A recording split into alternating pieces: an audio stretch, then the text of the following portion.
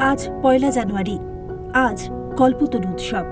১৮৮৬ সালের ১লা জানুয়ারি এই উৎসবের সূচনা হয়েছিল। আজকের দিনে এই উৎসব পালন করেন শ্রীরামকৃষ্ণ পরমহংসদেবের ভক্ত শিষ্যরা। কাশীপুর উদ্যানবাটিতে মূলত এই উৎসব পালিত হয়। তবে সমগ্র দেশে রামকৃষ্ণের সঙ্গে জড়িত অন্যান্য বিভিন্ন স্থানে প্রতিষ্ঠানে দক্ষিণেশ্বর কালীবাড়িতেও রামকৃষ্ণের অনুরাগীরা এই দিনটি পালন করেন। চলুন জেনে নেওয়া যাক এই উৎসব সম্পর্কে। শ্রীরামকৃষ্ণের কল্পতরু হওয়ার পিছনে রয়েছে এক সুদীর্ঘ কাহিনী। জানা যায়, শ্রীরামকৃষ্ণ একসময় দুরারোগ্য গলার ক্যান্সারে আক্রান্ত হন। চিকিৎসার জন্য তাকে কাশীপুর উদ্যানবাটিতে নিয়ে আনা হয়।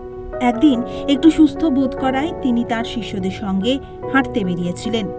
এই শিষ্যদের মধ্যে অন্যতম ছিলেন নাট্যকার গিরিশচন্দ্র ঘোষ।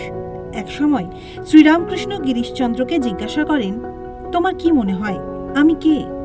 উত্তরে গিরিশচন্দ্র বলেন, আমার বিশ্বাস আপনি মানব কল্যাণের জন্য মর্তে অবতীর্ণ ঈশ্বরের অবতার। শ্রীরামকৃষ্ণ তখন বলেন, তোমাদের চৈতন্য হোক। তারপর শ্রীরামকৃষ্ণ সমাধিস্থ হয়ে তাঁর প্রত্যেক শিষ্যকে স্পর্শ করেন। কথিত আছে, শ্রীরামকৃষ্ণের এই স্পর্শে তার প্রত্যেক শিষ্যের মধ্যে সে সময় অদ্ভুত এক আধ্যাত্মিক অনুভূতি হয়।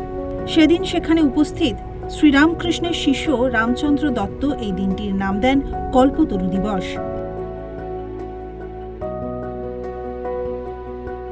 কল্পতরু বৃক্ষ বলতে কি বোঝায়?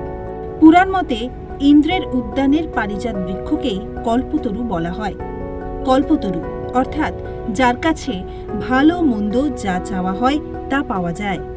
সমুদ্র মন্থনকালে অমৃত, লক্ষ্মীদেবী, ঐরাবত, কৌস্তুভ মুনির সঙ্গে উঠে আসে এই পারিজাত বৃক্ষ, যা পরবর্তীতে দেবরাজ ইন্দ্রের নন্দনকাননের শোভা বর্ধন করেছিল।